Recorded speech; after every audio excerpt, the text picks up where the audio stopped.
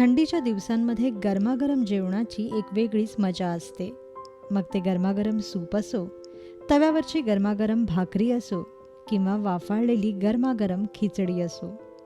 आणि या खिचडीला जर मटणाची जोड मिळाली तर क्या बात है. आतापर्यंत तुम्ही डाळीची किंवा कडधान्याची खिचडी जरूर ऐकली असणार, पण गावाकडे आजही मटण घालून खिचडी बनवली जाते, तेही थंडीच्या या दिवसांमध्ये. चला मग आज आपणही बनवूया मटण खिचडी.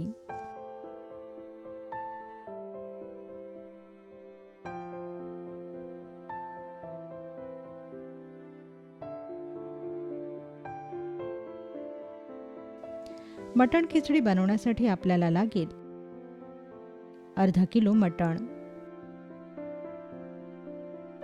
4 कप इंद्रायणी तांदूळ, 2 मोठे कांदे,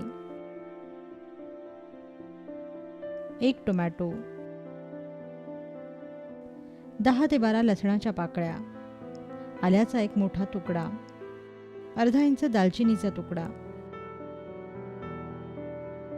1 जायफळ, 1 चमचा जिरे, 1 लिंबू, 1 चमचा हळद, चवीपुरतं मीठ आणि फोडणीसाठी तूप व तेल.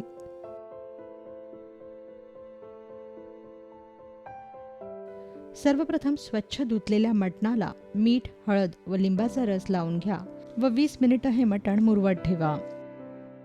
यानंतर आलं, लसूण, जायफळ व जिरे एकत्र करून याचं बारीक वाटण वाटून घ्या. हे ओलं वाटण वेगळं काढून घ्या.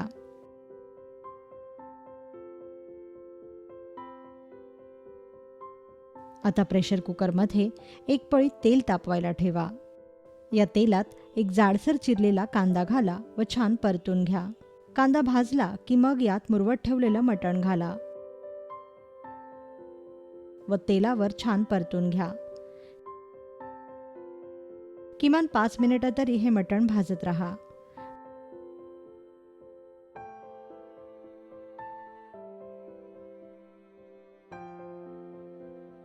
मटणाचा उग्र दर्प जाईपर्यंत हे मटण भाजत राहा.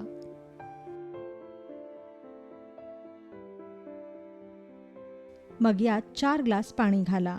लक्षात ठेवा की ही खिचडी मटणाच्या पाण्यातच आपण शिजवणार आहोत, त्यामुळे मटण शिजतानाच मटणात जास्त पाणी घाला. आता कुकरचं झाकण बंद करा व 5 ते 6 शिट्ट्या करून हे मटण शिजवून घ्या.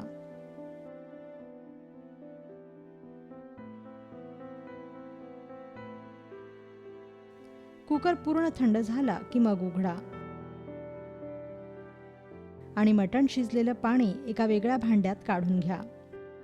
यानंतर इंद्रायणी तांदूळ स्वच्छ धुवून त्यात मीठ घालून निथळत ठेवा.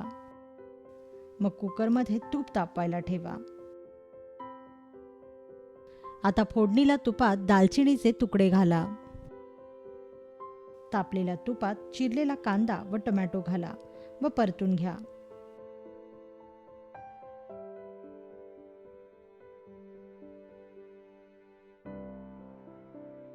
मग यात निथळत ठेवलेले तांदूळ घाला.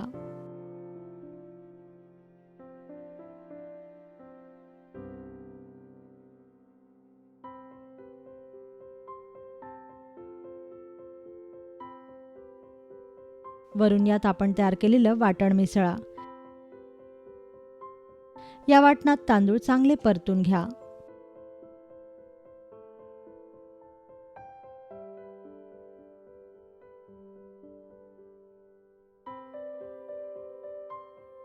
पाच मिनिटं तरी हे तांदूळ परतत राहा.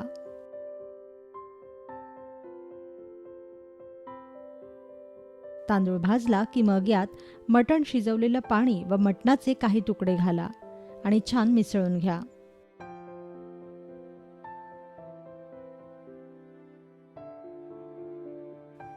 लक्षात ठेवा की तांदळाच्या प्रमाणापेक्षा दुप्पट पाणी घालून ही खिचडी शिजू द्या. आपण इथे इंद्रायणी तांदूळ घेतले आहेत, कारण आपल्याला खिचडी अगदी नरम आणि मऊसूत करायची आहे. तुम्ही तुमच्या आवडीप्रमाणे आंबेमोहोर, कोलम किंवा बासमती तांदूळ वापरू शकता.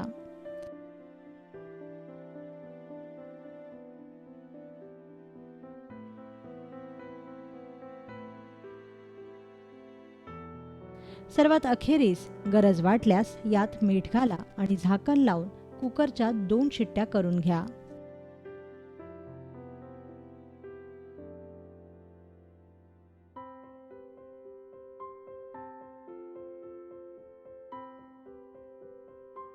दोन शिट्ट्या झाल्यानंतर कुकर पूर्णपणे थंड झाला की मगच उघडा.